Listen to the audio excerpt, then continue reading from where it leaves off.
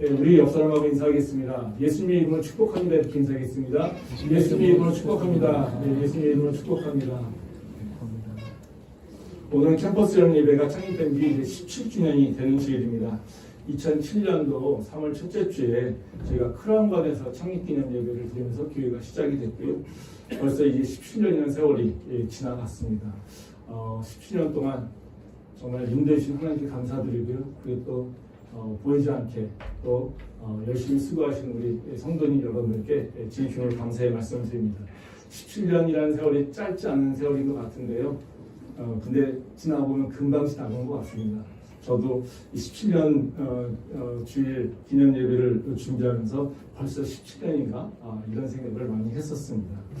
창립 기념 주일을 예배를 말씀을 준비하면서 오랫동안 무슨 말씀을 전해야 될까 계속 저한테 그 질문을 해왔습니다. 특별히 이번 금년도 같은 경우에는 이제 코로나가 끝나고 저희 교회가 새롭게 이제 코로나의 이후에 사역을 시작해야 된다라고 하는 어떤 변화점을 생각하고 있어서 무슨 말씀을 전해야 될까라고 하는 생각을 계속해서 오랫동안 해왔습니다. 근데 그 여러 가지 저한테 가져오는 질문이 있었지만 그 중에 제 마음속에 계속해서 붙어있었던 건 뭐였냐면요. 이런 단순한 질문이었습니다. 우리 교회가 어디로 가야 될까? 어디를 향해서 나가야 될까라고 하는 생각을 했었습니다. 근데 그럼 우리 교회가 어떤 교회로 나가야 될까라고 하는 생각을 계속 할 때 계속 이어지는 단순한 질문은 뭐였냐면요. 어떤 교회가 좋은 교회일까? 교회가 되게 많은데 또 교회에 대한 평가도 여러 가지인데 어떤 교회가 좋은 교회일까? 이 어떤 교회가 좋은 교회일까라고 하는 질문이 되게 많이 하는 질문이죠. 그리고 단순하고요.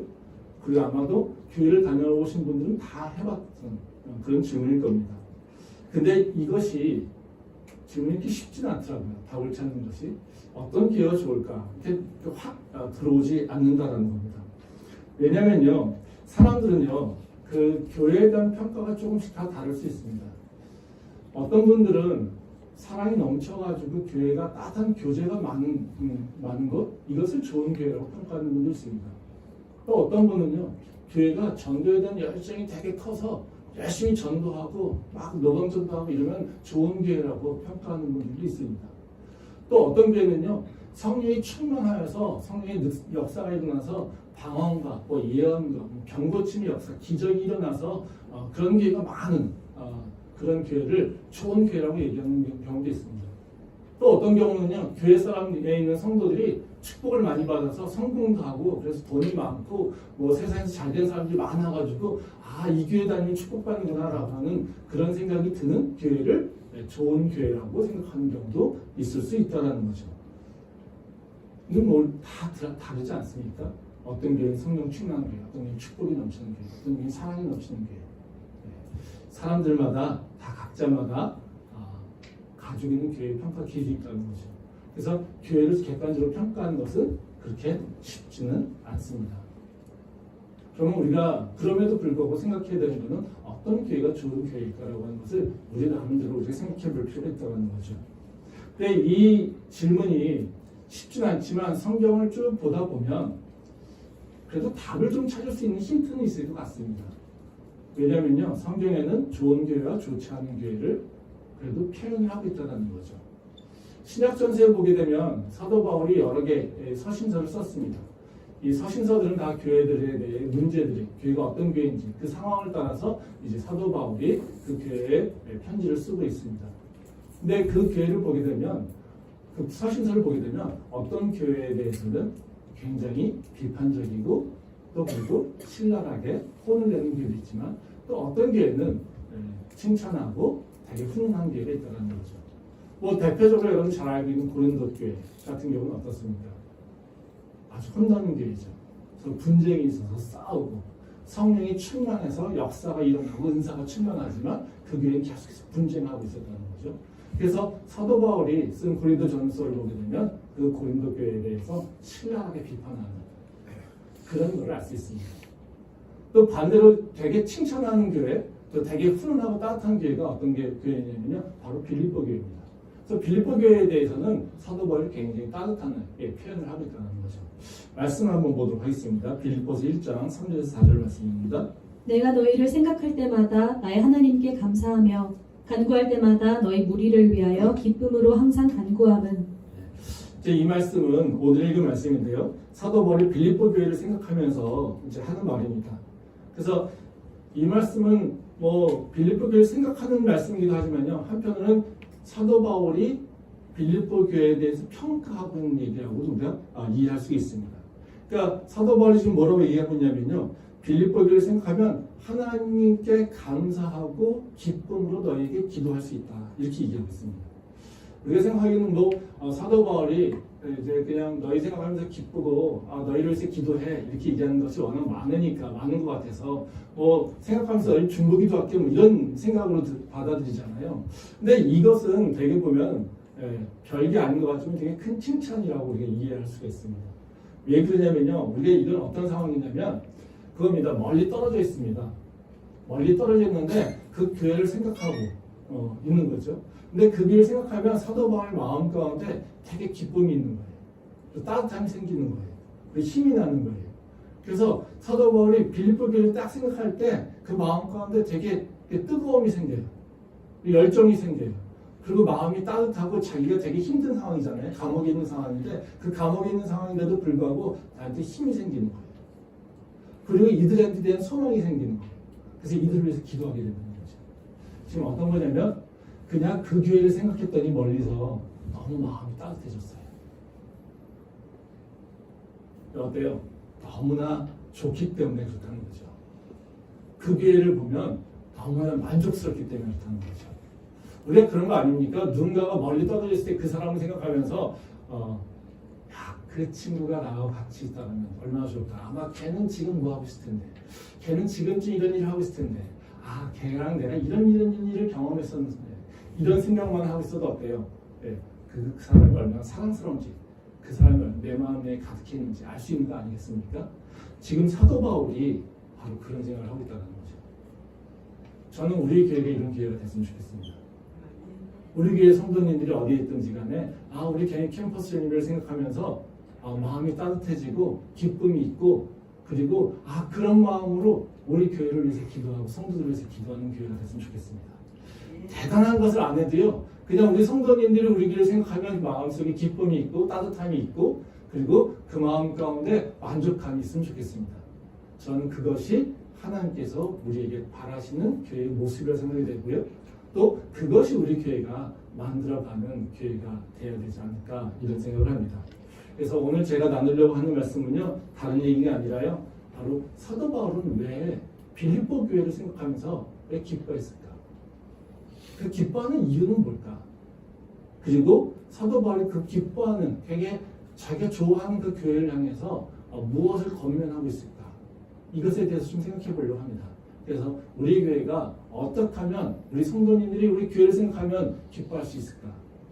그리고 또 그런 기쁨이 넘칠 때 우리가 어떤 교훈을 기억해야 될까? 이 두 가지 질문에 대해서 우리 같이 오늘 생각해 보도록 하겠습니다. 첫 번째로 이제 사도 바울이 빌립보 교회를 생각하면서 감사와 기쁨이 넘치는 이유를 여기서 두 가지로 얘기를 하고 있습니다. 첫 번째는 뭐냐면요. 빌립보 교회가 복음에 대해서 변함없는 열정이 있었기 때문이었습니다. 말씀 한번 보겠습니다. 빌립보서 1.5절 말씀입니다. 너희가 첫날부터 이제까지 복음을 위한 일에 참여하고 있기 때문이라. 이 말씀은 이제 사도 바울이 빌립보 교회를 생각하면서 긍정적으로 평가한 이유를 설명해주고 있는 말씀입니다. 빌립보 교회가 처음부터 지금까지 복음을 위한 일에 참여하고 있다 이렇게 평가하고 있어요. 지금 빌립보 교회가 어떤 모습으로 무슨 일을 하고 있는지를 얘기하고 있는 거라는 거죠. 근데 여기서 우리가 주목해야 될 단어는 두 가지입니다. 하나는 뭐냐면요. 처음부터 지금까지라고 하는 단어가 있고요. 또 다른 단어는요. 바로 복음의 일에 참여하고 있다 이렇게 얘기했던 거죠. 그러니까 다시 말하면 빌립보 교회의 모습은 어떤 거냐면요. 처음부터 지금까지 예수 그리스도의 복음의 일에 참여하고 있는 교회였다라고 하는 것을 지금 사도 바울이 평가하고 있다는 것입니다. 즉 빌립보 교회는 첫 마음이 끝에까지 계속해서 그 복음에 대한 열정과 그 사랑이 있고 그 복음의 사역을 감당하려고 열심히 있는 교회였다는 거죠. 교회가 세워질 때 다 세워져야 되는 이유와 목적이 있습니다. 그러니까 교회가 세워지는 가장 기본적인 목적은 우리에게 예수님이 주신 사명 때문이죠. 땅끝까지 가서 복음을 전하라고 하는 것. 이것이 바로 우리에게 주신 사명 아닙니까? 그래서 교회는 대부분 경우에 세워질 때 어떤 특별한 목적이 있는데 그 근본적인 목적은 다 뭐냐면요. 바로 복음을 전하라고 하는 사명이 있다는 거죠.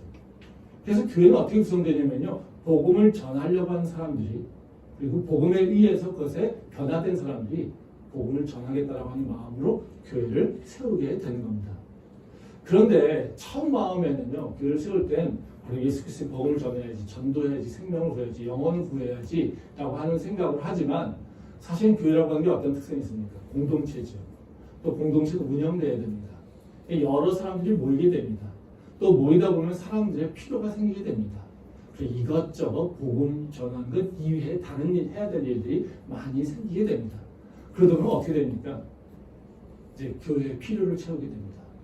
그러다면 복음은 전하는 것은 뒷전으로 가게 되고 사람들이 자기 것을 채우려고 하는 마음들이 생기게 된다는 거죠. 교회가 변질되고 교회가 딴 길로 가는 것은 되게 단순합니다. 바로 예수님이 주신 사명을 기억하지 않고 오히려 내 것을 채우려고 하는 마음이 생길 때, 내 것에 더 집중하려고 할 때 우리는 교회는 쉽게 변질된다는 거죠. 지금 빌립보 교회가 바로 사도 바울에게 칭찬받는 이유는 뭐냐면요. 처음부터 지금까지 지금 사도 바울에게 있어서 빌립보 교회는 처음에 복음에 대한 순수한 열정이 바로 시간이 지나는 지금까지도 너희의 그 마음이 가득하였고 그것 때문에 지금도 너희는 예수 그리스도 복음을 전하는 그 일에 참여하고 있다는 하는 것을 사도 바울은 칭찬하고 있다는 겁니다. 우리 교회도 세워진 이유는 다른 게 아닙니다. 예수 그리스도의 복음을 이 캠퍼스에 그리고 이 땅의 청년들에게 열방의 청년들에게 전하는 게 우리 교회의 사명입니다. 세상에 교회가 많은데도 이 대학에, 이 캠퍼스에서 이 불편한 강의실에서 예배를 드리려고 하는 이유는 다른 것이 아니라 바로 이 캠퍼스에 있는 청년들이 복음화되기를 그리고 이 땅의 하나님 나라가 온전히 이루어지기를 그리고 이 땅을 넘어서 바로 열방에 있는 청년들이 바로 복음을 듣고 그리고 그들이 바로 하나님의 자녀로 회복되기를 소망하는 마음으로 이 교회가 세워진 겁니다. 저희 교회가 지켜가야 될 것은 바로 이 교회가 왜 세워져야 되는지, 이 교회를 세우신 하나님의 목적이 무엇인지를 기억해야 될 필요가 있다는 것입니다. 그래서 우리가 17년 전에 바로 이 교회를 세울 때 가졌던 바로 그 사명, 그 소명들을 지금까지도 기억해야 된다는 거죠. 금년에는 우리 교회가 정교인 여름 수련회를 해외 선교로 하려고 합니다. 뭐 이렇게 쉽지 않은 일이죠. 그렇지만 저희 교회가 바로 이런 일을 계획하고 있는 것은 바로 이 코로나가 끝나고 새롭게 우리 교회가 뭔가 도전해 나가려고 할 때 다시 한번 우리의 첫 마음을 기억하려고 합니다. 아까 말씀드린 대로 우리 교회는 청년 사역의 목표가 있습니다. 그리고 이 땅의 청년뿐만 아니라 열방의 청년들 향해서 나가는 그리고 대학이 바뀌기를 원하는 것이 바로 우리 교회의 사명입니다. 그래서 저희가 여러 가지 생각을 하다가도 하나님께서 주신 은혜로 인연이 되어서 치앙마이 대학교에 있는 선교사님과 만나게 됐습니다. 그래서 저희 이번 여름 수련회는 저희가 치앙마이 대학교에 가서 복음을 전하고 또 저에게 주셨던 만났던 그 미얀마를 알게 해주셨는데 그리고 미얀마에 있는 태국에 있는 미얀마 부족의 교회들과 같이 예배하려고 합니다. 그곳에서 저희가 바로 주셨던 그 사명 치앙마이 대학교의 청년들에게 그리고 저희가 지금까지 계속해서 관심 갖고 해왔던 그 민족, 미얀마, 그 나라의 민족들을 위해서 같이 예배하려고 합니다. 다른 이유가 아닙니다. 우리가 대단히 해외로 뭔가 나가려고 하는 것, 이런 것이 아니라요. 바로 우리에게 주셨던 첫 마음, 열방의 청년들 향해서, 열방의 민족들 향해서 바로 세워진 교회, 그 사명을 다시 한번 기억하고 그것에 합당한 모습으로 나가기를 소망하는 마음으로 저희가 이제 이번에는 하는 것이 두렵기도 하지만 바로 해외 선교를 전교인 수련회로 하려고 한다는 거죠. 저는 이걸 통해서 우리 교회가 우리 교회가 세워진 이유, 그리고 내가 이 교회, 우리가 이 교회에 있는 이유가 뭔지를 다시 한번 기억해봤으면 좋겠습니다. 그래서 내 필요를 채우는, 그래서 교회가 변화되는, 변질되는 모습이 아니라 우리 모두가 하나님께서 우리 교회를 세우신 목적, 나를 그 부르신 목적, 그 목적을 다시 한번 기억함으로 다시 한번 우리가 온전케, 그리고 하나님 앞에 바로 서는 그런 성도들이 될 수 있기를 소망합니다. 두 번째로 사도 바울이 이제 빌립보 교회를 생각해서 기쁨을 갖게 되는 이유는 뭐냐면요, 바울과 빌립보 교회는 서로 마음이 하나 되어 있습니다. 그러니까 서로 연합된 마음을 갖고 있었기 때문에 그렇다는 거죠. 말씀 한번 보도록 하겠습니다. 빌립보서 1장 7절 말씀입니다. 내가 너희 무리를 위하여 이와 같이 생각하는 것이 마땅하니 이는 너희가 내 마음에 있음이며 나의 매임과 복음을 변명함과 확정함에 너희가 다 나와 함께 은혜에 참여한 자가 됨이라. 내가 예수 그리스도의 심장으로 너희 무리를 얼마나 사모하는지 하나님이 내 증인이시니라. 내가 기도하노라 너희 사랑을 지식과 모든 총명으로 점점 더 풍성하게 하사. 예, 이 말씀은 이제 바울과 빌립보 교회의 관계를 잘 보여주고 있습니다. 그 7절에 보면 사도 바울이 빌립보 교회의 성도들을 향해서 뭐라고 얘기하냐면요, 마음에 품고 있다라고 얘기하고 있고요. 또 빌립보 교회 성도들은 사도 바울의 그 사역에 함께하고 있다 이렇게 표현하고 있습니다. 그러니까 이 7절 앞쪽에 보면은 내가 너희를 마음에 품고 있다라고 얘기하고 있고, 그리고 빌립보 교회 성도들은 그 은혜에 너희가 같이 참여하고 있다 이렇게 얘기했다는 거죠. 그래서 7절 말씀 보면 뭐라고 표현하는 데 있냐면요, 그 핵심은 뭡니까? 사도 바울과 빌립보 교회는 떨어져 있지만 하나 되어 있습니다. 그러니까 마음속에 기억하고 있고 사역의 현장에 함께하고 있다라고 하는 것을 표현하고 있어요. 근데 이것을 어떻게 표현하고 있냐면 8절을 보면 뭐라고 표현하냐면요, 사랑이라고 하는 마음을 표현하고 있습니다. 그래서 그 빌립보 교회와 그 사도 바울의 관계는 어떤 거냐면요, 함께함으로 사랑이라고 하는 것을 확증하고 있다라고 하고 이렇게 표현하고 있다는 거죠. 교회는 사랑의 공동체죠. 그리고 교회는 예수님의 사랑으로 만들어진 교회 공동체죠. 그렇기 때문에 교회는 예수님의 사랑을 나누고 전하고 확장시키는 것이 교회가 해야 될 일입니다. 그래서 교회에서만큼 사랑을 강조하는 것은 없습니다. 그래서 우리가 다 알고 있지 않습니까? 믿음과 소망과 사랑 중에 그 중에 제일은 사랑입니다. 그러니까 교회에서 사랑보다 더 중요한 가치는 없다는 거죠. 근데 사실 교회에서 사랑이라고 하는 것은 쉽지가 않습니다. 사랑이라고 하는 것이요, 그 관계가 우리는 쉽게 생각하고 있지만요, 사실 사랑이라고 하는 실천하려고 한다면 되게 어렵다는 거죠. 그래서 우리가 사랑이라고 하는 것을 어떻게 정의할까라고 하는 것 되게 말이 많지 않습니까? 그렇다 사랑을 실천한다는 것이 어떤 것인가에 대해서도 되게 여러 가지 주장들이 많이 있지 않습니까? 그러니까 사랑이라고 하는 것이 되게 중요하지만요, 사랑이라고 하는 것을 실천한다는 것은 너무 어려워요. 왜냐하면 사랑이라고 하는 개념이 너무 크고요. 그리고 이게 단순하지가 않아서요, 우리가 이렇게 하나로 딱 설명해서 이것이 사랑이야, 이것이 사랑의 실천이야 얘기한다는 건 쉽지 않기 때문에 그렇습니다. 근데요, 사랑이라고 하는 것을 실천하거나 하는 것들은 여러 가지 형태로 일어날 수 있습니다. 왜냐하면 아까 얘기했듯이 사랑이라는 개념은 굉장히 커서요, 각 사람들의 상황에 따라, 각 사람들의 마음에 따라서, 그 환경에 따라서 실천하는 것이 있다는 거죠. 근데 사랑이라고 하는 말을 하고 있지만 사실 어때요? 많은 사람은 사랑 때문에 싸우잖아요. 사랑한다고 하면서 서로 부딪히잖아요. 그리고 사랑 때문에 서로 미워하잖아요. 그렇죠? 그래서 이게 쉽지 않다는 거죠. 근데 성경에 보게 되면요, 사랑이라고 하는 표현을 할 때마다 항상 나타나는 현상들이 있습니다. 그건 어떤 거냐면요, 바로 사랑이 있다라면 반드시 조화로움이 있다는 거예요. 말씀 보겠습니다. 고린도전서 13장 1절 말씀입니다. 내가 사람의 방언과 천사의 말을 할지라도 사랑이 없으면 소리나는 구리와 울리는 꽹과리가 되고. 이 말씀은 이제 사랑장이라고 표현되는 그 고린도 13장의 말씀입니다. 뭐 13장 전체에 이제 사랑에 대한 얘기를 계속하고 있잖아요. 그러니까 사랑에 대한 설명의 첫 시작은 어떤 거냐면요, 화음을 이루지 못하는 것은 사랑이 아니다 이렇게 얘기하고 있습니다. 여기 보면 뭐라고 합니까? 내가 사람의 방언과 천사의 말을 할지라도 사랑이 없으면 소리나는 구리와 울리는 꽹과리와 같다. 이렇게 얘기하죠. 그러니까 이 앞에 보면 뭐예요? 사람의 방언과 천사의 말, 방언과 천사의 말 다 좋은 얘기잖아요. 그렇죠? 네. 여러 가지 말들을 하고 있다는 거예요. 근데 그것이 사랑이 없더라면 무슨 얘기냐면요. 구리와 울리는 꽹과리와 같다. 다시 말하면 그 좋은 소리를 갖고 있지만 그것은 그냥 시끄러운 소란스러운 것밖에 없어. 지금 조화롭지 않아. 화음이 만들어지지 않아. 이것을 얘기하고 있다는 겁니다.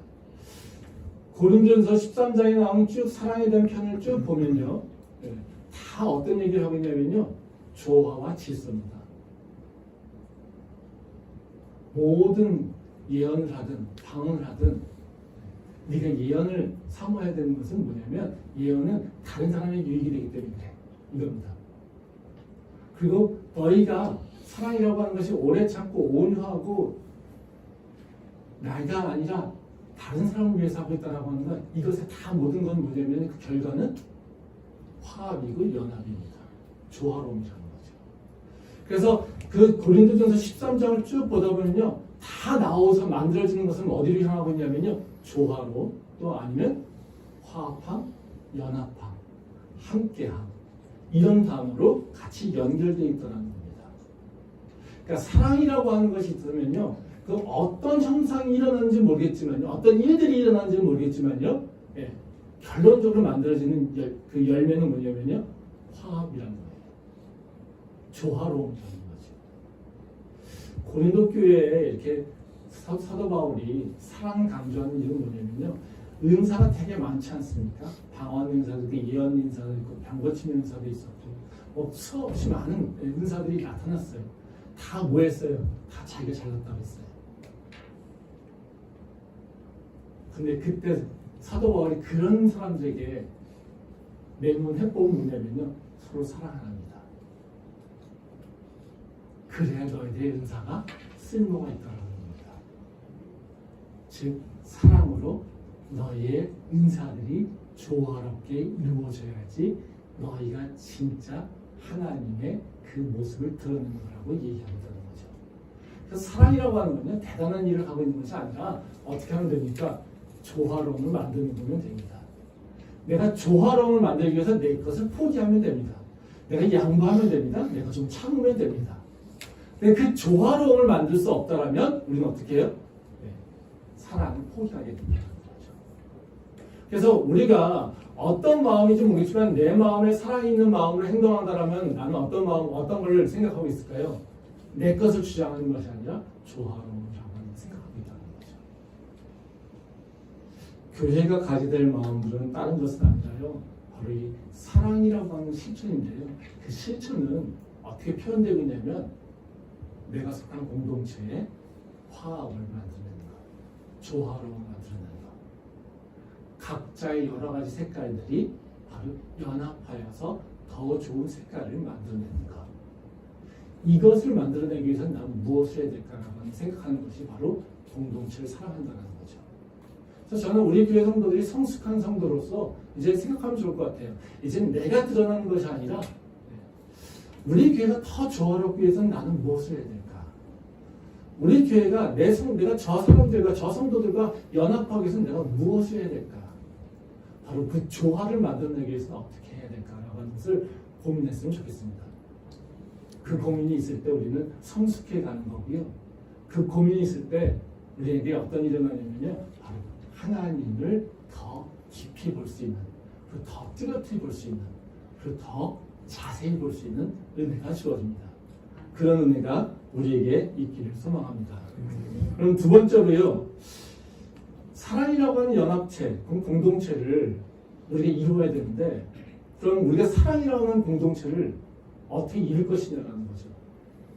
사랑하는 것도 쉽지 않은데 사랑이라는 공동체를 갖는 것 쉽지 않지 않습니까? 왜요? 사실 우리는 육신의 몸이 갖고 있기 때문에 누군가를 옆에 사람 사랑하려고 해도 어때요? 그 사람이 나쁜 점이 보여요. 그 사람이 부족한 점이 보여요. 그렇지 않습니까? 그게 우리들 모습이에요. 그럼 우리는 어떻게 해야 될까요? 사도 바울이 빌립보 교회에다 주는 교훈은 뭐냐면요.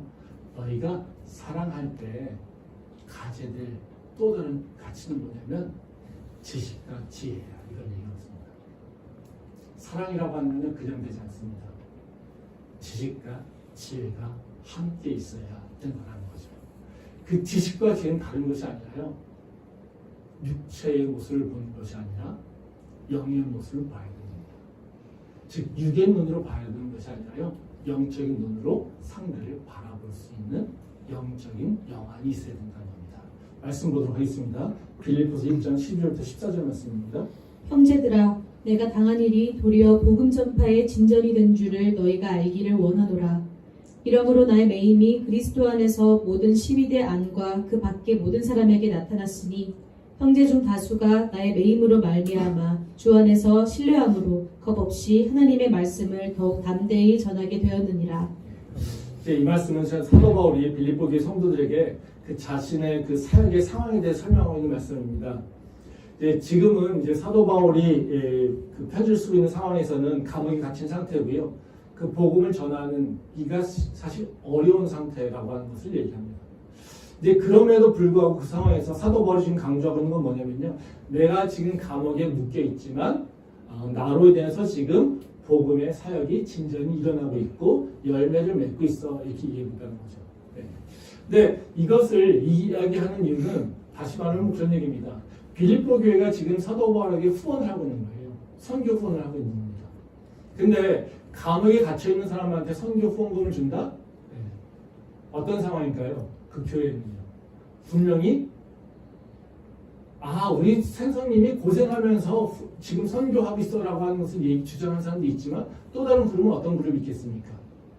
야, 사도 바울 선생 훌륭한 사람 맞아. 근데 무슨 후원금을 줘?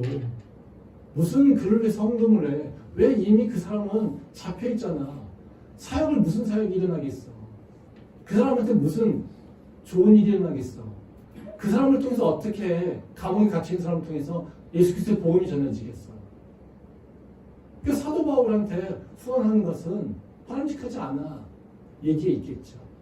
우리는 사도 바울하면 되게 이렇게 엄청난 사람이기 때문에 사도 바울에게 후원하고 지원하는 것이 당연한 걸 생각하잖아요. 근데 그 당시는 아니라는 거죠. 네. 사도 바울이 고린도 교회만 하들 어떻습니까? 네. 그렇게 인정받지 못하잖아요. 네. 베드로파다, 아볼로파다, 네. 예수파다 나눠가지고 네. 인정받지 못하잖아요. 그러니까 빌립보 교회도 분명히 어떤 그룹이 있었겠습니까? 그 마음이 일어날 수 있겠죠. 지금 우리가 이렇게 귀한 헌금을 사도 바울한테 주는 게 맞을까? 지금 감옥에 갇혀가지고 복음 사역하나? 전도하나? 우리가 지금 이거 모아가지고 이걸 주는 것이 맞을까?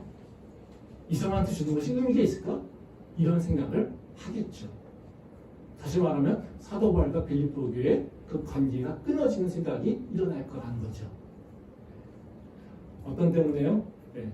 빌립보 교회가 사도 바울을 바라볼 때 외양만 보니까, 육체의 겉면만 보니까, 묶인 것만 보고 있으니까. 그래서 사도 바울이 지금 뭐라고 합니까? 너희들 사랑 가운데, 사랑 안에 지혜와 지식이 충만하길 바래. 이렇게 얘기했습니다. 즉 너희가 사랑하는 마음으로 나를 바라보고 있는데 그 마음에 그냥 나를 사랑하는 마음 때문에 주는 것만이 아니라 나의 진짜 모습을 바라볼 수 있기를 원해. 이렇게 얘기하고 있어요. 그러면서 하는 얘기가 뭡니까? 내 사역 가운데 내가 묶여있지만 예수 그리스도의 복음이 진전이 일어나고 있어. 나를 통하여서 나를 바라보고 복음을 듣는 사람이 있고 나 때문에 복음에 더 열심히 있는 사람들이 있고 나를 경쟁해서 더 열심히 복음을 전하는 사람들이 생겼어. 이건 다시 말하면 내가 묶여서 아무것도 못한다고 생각하고 있지만 아니야. 내가 묶인 것으로 인해서 오히려 복음이 진전되고 있어. 너희가 나를 바라보면서 바로 그 영적인 지식과 지혜가 있어서 나를 통해서 일어나고 있는 복음의 사역을 바라보기 원해. 이렇게 얘기하고 있다는 거죠. 그래서 지금 무슨 얘기예요? 지금 너희와 내가 지금 하고 있는 일이 계속해서 이어지고 있고 너희와 내가 하고 있는 일이 계속해서 연결되고 있어. 이렇게 얘기하고 있다는 거죠. 말씀 한번 보겠습니다. 빌립보서 1장 9절부터 10절 말씀입니다. 내가 기도하노라. 너희 사랑을 지식과 모든 총명으로 점점 더 풍성하게 하사 너희로 지극히 선한 것을 분별하며 또 진실하여 허물 없이 그리스도의 날까지 이르고. 그러니까 사랑이라고 하는 것에 지금 사도 바울은 지식과 모든 총명을 함께 하라고 얘기하지 않습니까? 우리가 계속해서 뭔가 공동체에서 연합되어 가고 상대를 이해하려면요, 그냥 뜨거운 마음 가지고는 되지 않습니다. 내가 하는 마음, 내가 뭔가 하려고 하는 열심이라고 하는 건요, 우리는 육체에 의지할 때는요 다 지치게 되어 있습니다. 그러니까 하나님께서 부어주시는 그 마음과 새로운 생각이 있지 않으면요, 우리는 다른 사람을 사랑할 수 있는 충분한 마음과 그런 품을 수 있는 마음이 생기지 않는다는 거예요. 근데 그때 우리는 계속해서 사랑하는 마음 주세요라고 하는 것만 강조하는데요, 그렇지 않아요. 그 사랑하려고 하면요, 그 사람을 정확하게 이해해야 돼요. 그 사람을 이해하고 품을 수 있는 마음이 있어야 된다는 거죠. 지금 사도 바울께서 지금 뭐라고 합니까? 너희가 나를 향한 사랑하는 마음이 있는데 그 사랑하는 마음뿐만 아니라 너희가 나를 바라보는 정확한 지혜와 지식이 있기 바래. 이렇게 얘기하고 있다는 거죠. 그래서 지금 너희가 하고 있는 일 자체가 그렇게 무의미한 일이 아니야. 너희가 하고 있는 일이 그렇게 쓸모없는 일이 아니야. 왜? 나를 통해서 지금도 복음의 진전이 일어나고 있기 때문에 그렇다. 이렇게 얘기하고 있습니다. 저는 사실 이 말씀을 읽으면서 이제 한편으로는 위안도 받기도 하고요, 또 한편으로는 회개도 많이 했습니다. 제가 솔직하게 우리 캠퍼스 열매를 보면서 개인적으로 회의를 가질 때가 있었습니다. 목사니까 뭐 절대로 흔들리지 않고 후회함도 없고 회의감도 없고 실망감도 없고 그렇겠지라고 하는 생각을 하실 수 있겠지만요, 사실 저는 뭐 이렇게 목사답지 못해가지고요, 회의감도 많이 갖고요, 후회도 많이 갖고요, 이게 내가 가고 있는 길이 맞나 이런 해안도 많이 갖고 있고 그렇습니다. 제가 뭐 사실 목회를 시작할 때 뭐 그런 생각은 있었어요. 잘할 자신은 뭐 없었지만요, 그래도 시간이 지나가면 좀 나아지지 않을까? 그래도 좀 시간이 흘러가게 되면 교회가 계속해서 축적되고 쌓이고 하는 게 있으니까 좀 나아지지 않을까? 뭐 이런 생각을 좀 했었습니다. 근데 제가 목회하면서 그런 상황은 안 오더라고요. 그러니까 점점 나아진다는 것보다는요, 그냥 뭐 대단하게 좋아진다라고 하는 것보단 맨날 부족한 것밖에 없어요. 목회하면서 제가 이렇게 솔직하게 고백하는 건 되게 풍부하다, 풍성하다, 부족함이 없다라고 생각해 본 적이 별로 없습니다. 왜냐면요, 뭐 하려고 하면요 다 부족해요. 일꾼이 부족하고요, 재물이 부족하고요, 네트워크가 부족하고요, 다 부족하더라고요. 뭐만 하려고 한다면 생각이 드는 게 일할 사람이 없어요. 이거 돈이 없어요. 이거 하려면 누구의 도움이 필요한데 그 도움 줄 사람이 없어요. 맨날 부딪히는 건 뭐냐면요, 17년 동안 경험했던 건 다 그거예요. 일할 사람이 없어요. 돈이 없어요. 우리에겐 네트워크가 없어요. 이런 것만 제가 경험했습니다. 그때마다 사실 뭐 그런 거죠. 처음에는 처음이니까 이렇게 열정이 있죠. 근데 계속 반복되면 어떤 마음이 드냐면요, 이게 뭔가 하나님 맞나? 살아계시나? 이런 생각이 듭니다. 내가 능력이 너무 없나? 내가 목표를 너무 못하는 것 같아. 이런 마음도 사실 많이 들었고요. 그래서 이걸 계속 해야 되는가? 라고 하는 회의감과 그런 의구심도 든 적도 있었고요. 근데 또 17년을 다시 돌아보면요, 한쪽에서는 계속해서 부족하다는 마음이 있었는데요, 또 한쪽에서는 제가 뭘 했냐면요, 그래도 다 채워지네, 그래도 해내네, 그래도 하네, 이런 거였어요. 저희가 지난주에 공동회 했지만 저희 교회 재정도 항상 보게 되면 맨날 부족했는데 그래도 어쨌든 이루어져요.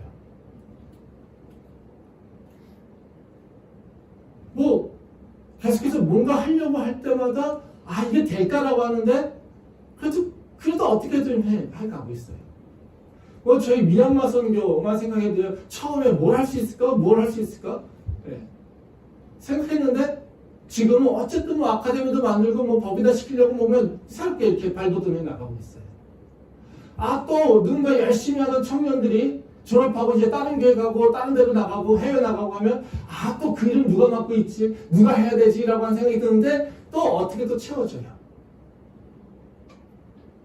우리가 보기에는 부족하고 맨날 할 수 없을 것 같은데 근데 어느 순간 보면 그냥 불러가고 있어요. 그래서 우리는 한편에서는요, 하나님 없어요. 하나님도 감사합니다. 이런 살고 있어요. 저도 사실 그 마음이었다는 거죠. 믿음이 연약할 때는요, 어떤 게 생기냐면 하나님 맨날 부족해요. 왜 나는 맨날 부족해요? 나는 뭐가 되는 일이 없나요? 근데 또 영적인 눈으로 바라볼 때는요, 하나님이 채우셨습니다. 하나님께서 인도하셨습니다. 하나님께서 이끄셨습니다. 라고 하는 생각을 하고 있다는 거죠. 사도 바울이 지금 빌립보에다 뭘 얘기하고 있냐면요, 지금 육체 눈을 볼 때 사도 바울은 어때요? 할 수 있는 게 없어. 무슨 복음의 진전이 있어. 이런 눈으로 바로 빌립보 교회 성도들이 사도 바울의 사역을 보기를 원치 않는 거예요. 내 겉모습은 옥에 갇혀있고 내 겉모습은 자유롭지 못해서 내가 복음을 전하지 못하는 것 같지만 그렇지 않아. 내 진짜 모습은 뭐냐면 나를 통하여서 예수 그리스도 복음이 바로 이 땅에 전해지고 있고 나를 통하여서 오히려 당대하게 복음을 전하는 사람이 생겼고 나를 통하여서 오히려 나와 경쟁하려고 복음을 더 열심히 전하는 사람도 생겼고 내 묶임을 통해서 더 자신감을 갖는 사람들도 있어. 이게 영적인 눈인 거죠. 그러니까 너희가 내 모습을 바라볼 때 육의 눈으로 바라보지 않고 영의 눈으로 바라보길 원해.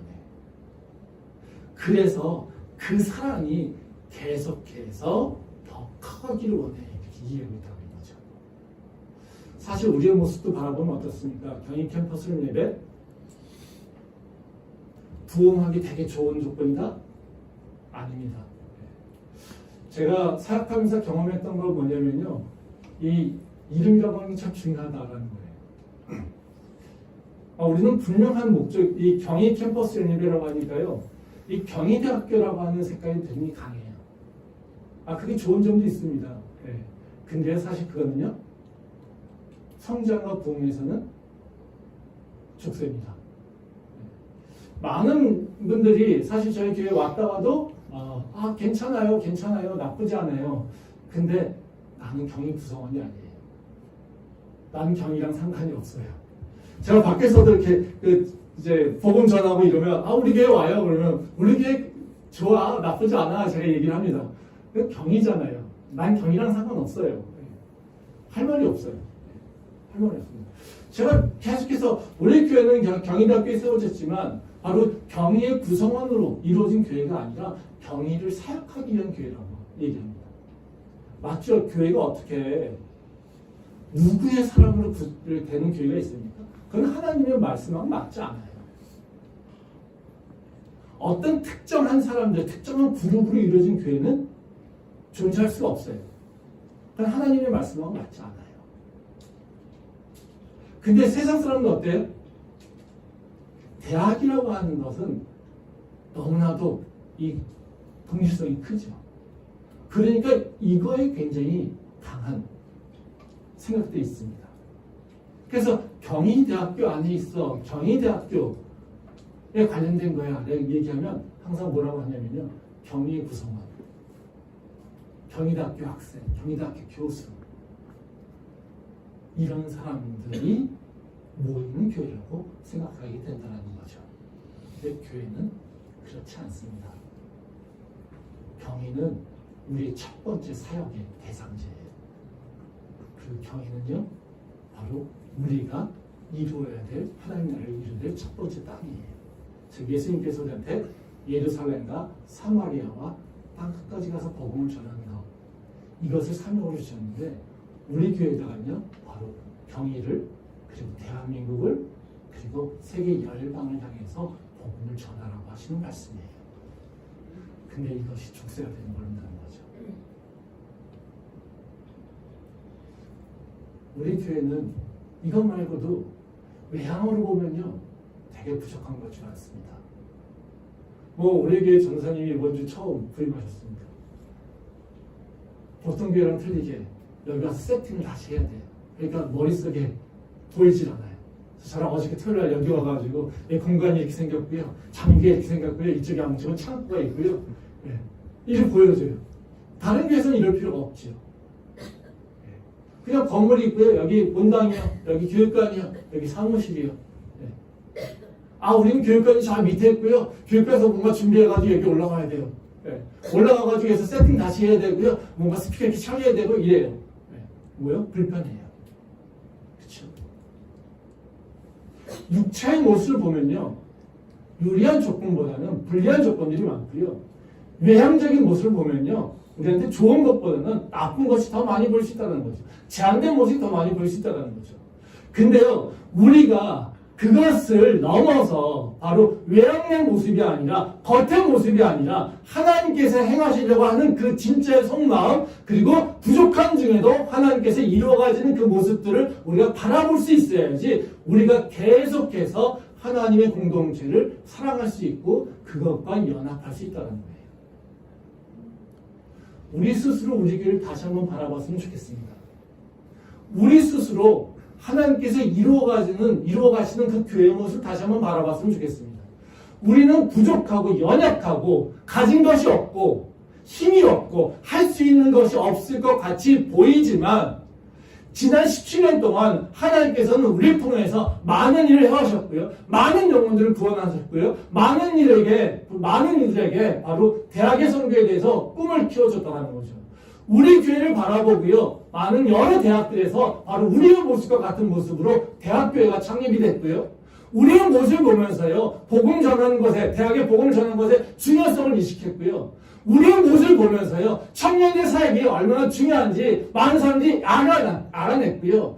우리를 통해서요. 바로 이 캠퍼스의 복음이 전해진다는 것을 많은 사람들이 깨닫다는 겁니다. 우리는 우리의 모습이 너무 연약해서 작아서 우리가 무슨 쓸모가 있을까? 우리가 무엇을 할 수 있을까? 우리가 무슨 대단한 일을 할 수 있을까? 이런 생각을 하고 있지만 하나님께서는 한 번도 우리를 놓지 아니하시고 한 번도 우리를 그냥 밀어내지 아니하시고 한 번도 우리를 그냥 내버려두지 아니하시고 우리는 부족하게 느낄 수 있지만 우리한테는 언제나 하나님께서 하셨습니다. 하나님께서 주셨습니다. 하나님께서 채워주셨습니다. 하나님께서 인도하셨습니다라는 고백을 할 수 있게 하셨다는 겁니다. 그것을 볼 수 있는 영적인 눈이 깨어져야 우리가 다시 하나님의 일을 감당해낼 수 있습니다. 우리 교인 캠퍼스 연대가 창립 17주년을 기념하여서 우리가 다시 해야 될 일은 하나님께서 우리에게 주신 첫 번째 사명, 그 마음을 회복하는 것뿐만 아니라요.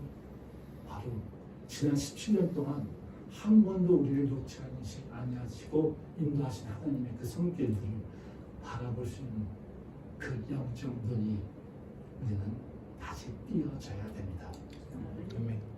우리가 다시 그 영적 눈을 뜨고 주님을 향해서 새로운 믿음에 도전하는 우리 교인 캠퍼스 유인물에 될 수 있기를 소망합니다. 기도하겠습니다.